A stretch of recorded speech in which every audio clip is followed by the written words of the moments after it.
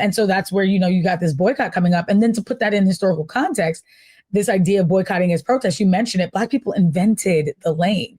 So for you to think that you were going to engage Black people and then toss us to the side, and then we weren't going to stand up and fight back like you thought.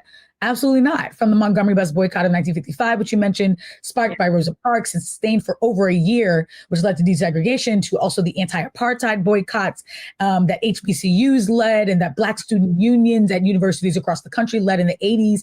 We've been showing the world how to hit injustice where it hurts the wallet. And to think that we wouldn't leverage our buying power in this way was short-sighted, but also, you clearly underestimated and didn't do enough landscape analysis or whatever this case may be to understand what community you were about to piss off. We're at a time where actually boycotting is in many ways is easier than ever, especially for most communities, because there's so many other options that you can take advantage of without being forced to shop at a particular place.